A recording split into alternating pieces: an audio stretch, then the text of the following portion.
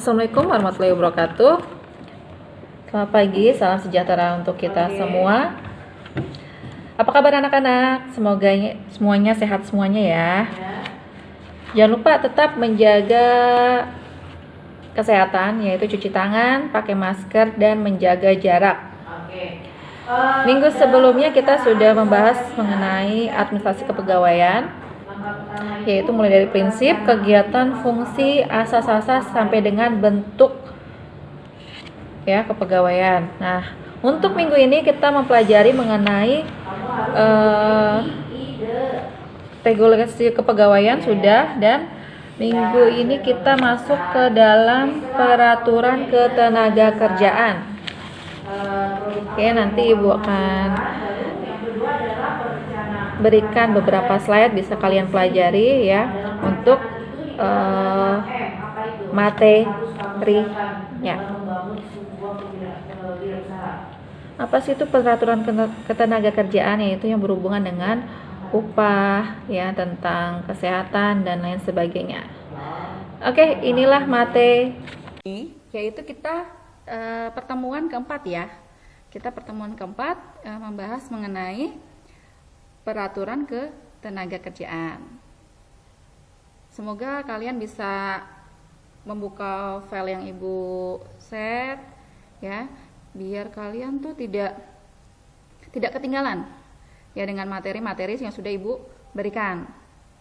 Jadi memang sih butuh kuota, butuh ibaratnya atau wifi ya. Jadi memang ini dunianya lagi dunia IT ya, ibaratnya kita belajarnya secara online, jadi butuh kesiapan baik materi, fisik ya. Kalau tidak punya HP harus mempersiapkan laptop atau mungkin lain sebagainya, atau mungkin kita ke warnet mungkin yang dekat dari rumah gitu, seperti itu ya. Jadi banyak cara ya, jadi kalian tidak usah khawatir, meski di rumah tetap mendapatkan materi ya. Jadi Ibu tetap menyampaikan materi-materi meskipun nanti tidak banyak ya, hanya beberapa slide PowerPoint, tapi tetap kalian harus tetap membuka GCR, jangan lupa absen tuh ya.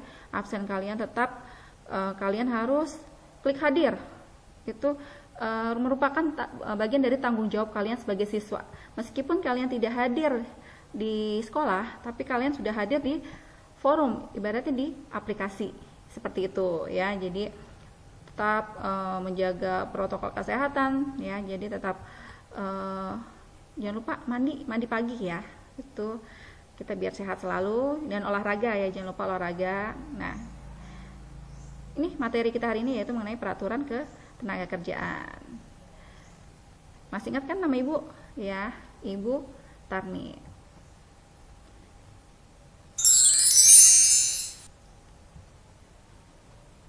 Nah, Ibu akan menjelaskan terlebih dahulu kompetensi dasar untuk hari ini, yaitu di 3.2, yaitu ini masih lanjutannya yang minggu lalu ya, itu masih memahami regulasi kepegawaian sama melakukan klasifikasi regulasi kepegawaian, karena undang-undang atau peraturan ketenagakerjaan itu termasuk di dalam regulasi kepegawaian.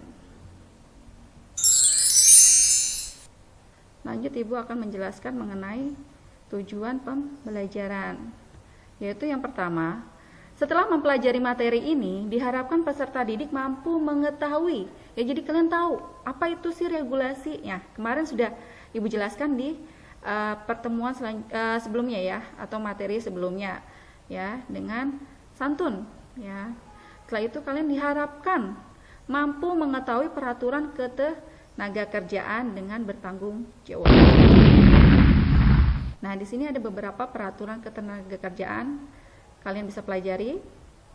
Yang pertama itu tentang peraturan pemerintah ya, peraturan pemerintah tentang ketenagakerjaan. Di sini ada 4 ya. Yang pertama, peraturan pemerintah nomor 76 tahun 2007 tentang perubahan kelima atas peraturan pemerintah nomor 14 tahun 1993 tentang penyelenggaraan program jaminan sosial tenaga kerja. Ya, jadi ada beberapa perusahaan tuh, perusahaan besar ya, itu sudah ibaratnya tenaga kerjanya itu dijamin, ya, dijamin kesehatannya, ya, bisa ada jaminan nanti hari tua atau pensiun seperti itu. Nah, undang-undang sebelumnya yaitu tahun 93 nomor 14 yang sekarang sudah berubah menjadi nomor 76 tahun 2007. Dan yang kedua, itu peraturan pemerintah nomor 15 tahun 2007 tentang tata cara memperoleh informasi ketenagakerjaan dan penyusunan serta pelaksanaan perencanaan tenaga kerja. Ya, jadi tata cara memperoleh informasi itu sudah diatur juga di dalam peraturan pemerintah. Jadi tenaga kerja itu segala sesuatunya sudah diatur. Ya, mulai dari gaji, upah, bahkan tentang kesehatannya segala macamnya sudah diatur. Yang ketiga yaitu peraturan pemerintah nomor 8 tahun 2005 tentang tata kerja dan susunan organisasi lembaga kerjasama tripartit, ya. Yang terakhir yaitu peraturan pemerintah nomor 78 tahun 2015 tentang pengupahan. Ya, jadi semuanya diatur mulai dari jaminan sosial, mulai dari perencanaan tenaga kerja, mulai dari susunan organisasi, dan yang terakhir adalah tentang pengupahan. Nah, di sini ada contohnya yang kedua yaitu peraturan pemerintah tentang jaminan sosial tenaga kerja. Jadi ada istilahnya BPJS Kesehatan, ada BPJS Ketenagakerjaan. Nah, di sini ada 5 ya. Ada 5 yaitu tentang jaminan sosial pegawai negeri. Ya, jadi pegawai negeri itu dijamin, ya. Dia jaminan kematiannya ada. Terus ada tentang uang pertanggungan, ada jaminan misalnya kecelakaan seperti itu yang negeri sipil. Yang kedua, jaminan sosial tenaga kerja, yaitu jika ada terjadi kecelakaan, ya, jadi kecelakaan kerja, entah itu dia kecelakaannya sebelum, ya, bisa itu ada sebelum kerja tapi dia tujuannya mau ke tempat kerja, atau mungkin kecelakaan di saat dia bekerja, atau mungkin di saat dia kecelakaannya atau pulang kerja, itu biasanya sudah diatur, ya. Jadi berapa persennya atau persentasenya biasanya sudah diatur untuk jaminannya. Terus ada tabungan hari tua, ya. Jadi untuk tenaga kerja yang umum, ya, yang umum atau mungkin ibaratnya perusahaan swasta itu ya ada tentang kecelakaan atau mungkin kematian atau tabungan hari tua. Yang ketiga adalah jaminan sosial kesehatan. Ini biasanya itu pemeliharaan kesehatan supaya kesehatan meliputi peningkatan, pencegahan, penyembuhan, dan pemulihan kesehatan. Nah, ini biasanya juga dijamin, ya. Misalnya dia sedang sakit, dia butuh pemulihan, penyembuhan, itu biasanya juga diberikan jaminan. Yang keempat itu jaminan sosial pensiun dan tabungan hari tua. Ya, jadi di pensiunnya juga ada, mereka biasanya kan kalau perusahaan swasta, ya, biasanya itu pegawainya per bulan itu suka ibaratnya dipotong untuk pembayaran BPJS. Jadi biasanya berapa persen dibayar pribadi, berapa persen dibayar oleh perusahaan, seperti itu. Jadi nanti bisa diambil di saat mungkin dia sudah pensiun atau mungkin dia sudah ibaratnya sudah tidak bekerja lagi di perusahaan tersebut. Biasanya nanti itu bisa diklaim, ya, atau diajukan gitu, seperti itu. Yang terakhir yaitu jaminan kecelakaan kerja. Nah, itu tadi yang disebut, ya, misalnya santunannya kalau misalnya dia kecelakaannya sampai 4 bulan, ya, misalnya dalam tidak mampu bekerja selama 4 bulan pertama, biasanya itu dia diberikan 100% dikali upah sebulan, ya. Jadi 4 bulan kedua dia 75% sampai dengan bulan seterusnya itu 50% dikali upah sebulan, seperti itu. Jadi 4 bulan pertama tuh dia masih dapat full. Nah, 4 bulan berikutnya itu dia mendapatkan 75% dari gaji bulanannya. Lanjut ke santunan cacat. Nah, cacat itu tergantung, ya. Cacatnya itu dia kira-kira berapa persen dia cacat yang dideritanya, seperti itu. Besarnya berapa persen sesuai dengan tabel dikali 80%, ya, upah, seperti itu. Santunan cacat total, dia biasanya mendapatkan santunan yaitu bisa 70% dikali 80 bulan upah ya. Ada yang santunan berkala, misalnya 200.000 per bulan selama 24 bulan atau 2 tahun. Yang ketiga, santunan cacat kekurangan fungsi, dibayarkan sekaligus. Nah, dia juga dibayarkan sekaligus seperti itu. Itu diatur dalam peraturan pemerintah nomor 76 tahun 2007. Ya, terus di sini banyak ya, ada perawatan segala macamnya, nanti itu biasa dijamin. Nah, sebetulnya itu ada lagi yang terakhir itu ada jaminan kematian ya, Ibu bilang tadi. Di sini belum tertera. Nah, ini Ibu jelaskan di sini, itu ada jaminan kematian. Jika tenaga kerja tersebut meninggal dunia akibat kecelakaan kerja ya, yang mengakibatkan terputusnya penghasilan. Nah, jadi kalau misalnya sudah tidak bisa bekerja lagi atau ibaratnya karena sudah otomatis kan karena meninggal dunia kan sudah tidak ada yang bekerja ya kan, yang tenaga kerja tersebut ibaratnya akan mendapatkan santunan ya sesuai dengan pasal 22 ayat 1. Biasanya itu santunannya kematian itu berbeda-beda tergantung dari perusahaan ya. Ada yang 10 juta, ada yang 200.000 selama 24 bulan atau 2 tahun, ada yang memberikan biaya pemakaman 2 juta rupiah seperti itu. Nah, lanjut yang ketiga yaitu peraturan pemerintah tentang memperoleh informasi ketenaga kerjaan, yaitu ada jenis, sumber dan tata cara memperoleh informasi ketenaga kerjaan. Ada sumber informasi ketenaga kerjaan. Ini berhubungan dengan pasal-pasal ya. Ada pasal 5 peraturan pemerintah nomor 15 tahun 2007. Nanti kalian itu bisa dilihat di link ya, atau di YouTube kalian nanti bisa searching misalnya mengenai undang-undang ketenaga kerjaan atau peraturan pemerintah tentang ketenaga kerjaan. Nah, yang terakhir itu belum terakhir ya, keempat ya, peraturan pemerintah tentang pengupahan. Nah, ini ada beberapa, yaitu ada larangan, ada struktur skala upah, ada kewajiban pembayaran upah, perhitungan upah, sanksi, dan kadaluarsa. Nah, ini yang terakhir ya, peraturan pemerintah tentang tata kerja dan susunan organisasi lembaga kerjasama tripartit.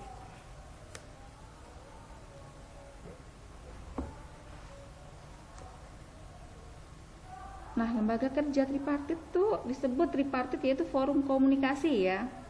Jadi komunikasi itu antara unsur pemerintah dengan pengusaha, dengan serikat pekerja atau serikat buruh. Jadi ini saling berhubungan. Ada lembaga kerjasama tripartitnya, yaitu dibentuk oleh presiden ya. Terus ada organisasi dan keanggotaannya, itu dalam pasal 4 peraturan pemerintah nomor 8 tahun 2005 pasal 4 itu ada keanggotaannya juga ya. Biasanya itu dijabat oleh menteri ya. Terus ini menjabatnya ada yang merangkap ya, biasanya dijabat oleh instansi pemerintah. Nah, sekretaris juga biasanya ada yang menjabat juga ya. Ini biasanya orang-orang pemerintahan. Selanjutnya itu kesekretariatan LKS Tripartit Nasional. Ya, itu. Lanjut ke pengangkatan dan pemberhentian LKS Tripartit Nasional. LKS itu apa sih? LKS itu lembaga kerjasama ya. LKS tripartit provinsi segala macam itu lembaga kerja sama ya, disingkatnya LKS. Oke, yang terakhir yaitu lembaga kerja tripartit provinsi.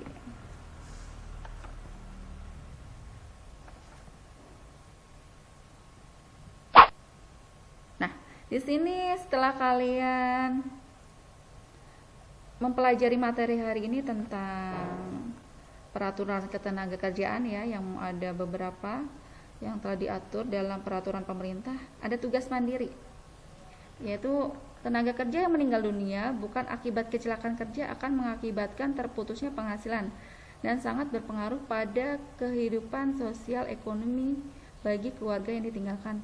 Oleh karena itu diperlukan jaminan kematian dalam upaya meringankan beban keluarga baik dalam bentuk biaya pemakaman maupun santunan berupa uang.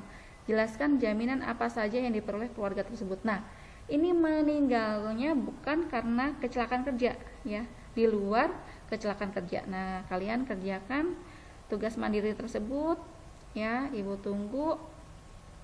Deadline-nya itu biasanya 24 jam ya, Ibu kasih waktunya lumayan lama, 24 jam. Jika ada siswa atau teman kalian yang belum membuka materi untuk hari ini, tolong diinfo ya. Jadi kalian harus kerjasama yang baik, harus menginformasikan baik yang belum absen atau mungkin belum melihat materi, kalian informasikan ya. Jadi harus aktif biar temannya tidak tertinggal materi yang telah diajarkan pada hari ini. Oke, sekian dari Ibu ya, materi hari ini cukup ya. Semoga kalian tetap semangat ya dalam mengerjakan tugas-tugas, dalam membaca materi, memahami materi, dan semoga kuota kalian ya tetap terisi, tetap terjaga dan digunakan untuk yang bermanfaat ya, seperti dalam dunia pembelajaran ya. Jangan untuk games dan lain-lain. Itu games itu boleh untuk hiburan, tapi jangan terus-menerus. Ingat kalian masih seorang pelajar, tetap harus semangat membaca, semangat untuk mengimplementasikan dalam kehidupan sehari-hari ya. Jadi untuk materi selanjutnya itu Ibu mungkin akan membuat beberapa ini ya, pertanyaan atau uji kompetensi mulai dari awal ya. Jadi nanti sejauh mana kalian itu bisa memahami ya, bisa memahami materi yang telah Ibu sampaikan. Jadi untuk minggu depan itu ada uji kompetensi ya, jadi udah beberapa dari mulai yang awal ya, ada sebelum regulasi itu kan kita membahas mengenai administrasi ya. Jadi ada 2 bab, yaitu tentang administrasi kepegawaian sama regulasi kepegawaian. Nanti akan Ibu buat soal pilihan ganda ya. Jadi sejauh mana kalian nanti bisa menyerap materi yang Ibu sampaikan. Semoga tetap kalian ya tetap solid ya, solid dengan temannya memberikan informasi, tetap menjaga jarak, tetap pakai masker ya, cuci tangan, dan jangan lupa tetap ibadah. Sekian ya dari Ibu, kurang lebihnya Ibu mohon maaf. Assalamualaikum warahmatullahi wabarakatuh. Selamat pagi.